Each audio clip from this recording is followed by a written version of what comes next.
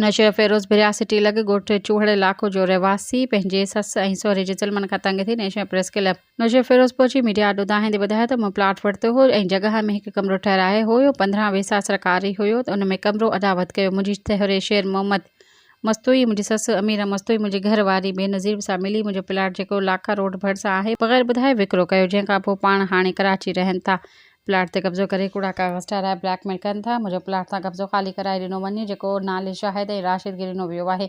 पैसा वठी कब्ज़ो ॾिनो त मां कल्ह उन्हनि ॾे वयसि त मूंखे धमकियूं ॾिनियूं, मोटाए छॾियो। मुंहिंजी घरवारी बेनज़ीर सां राहिब मस्तूई बेनिकाही कराची विहारे वेठो आहे, जंहिं मां मूंखे 2 ॿार बि आहिनि जेके 2022 खां वठी ख़बर नाहे किथे गुम कया अथनि। मुंहिंजी घरवारी मूंखां तलाक बि नाहे वरिती ऐं संदसि माइट मूंखे प्लाजो करे मारणु चाहिनि था। मां शरीफ़ आहियां, रिश्का हलाए गुज़र सफ़र कंदो आहियां। IG सिंध DIG शहीद बेनज़ीराबाद SSP मीर रोहल खोसो खे अपील कंदसि त नोटिस वठी इंसाफ़ कयो वञे।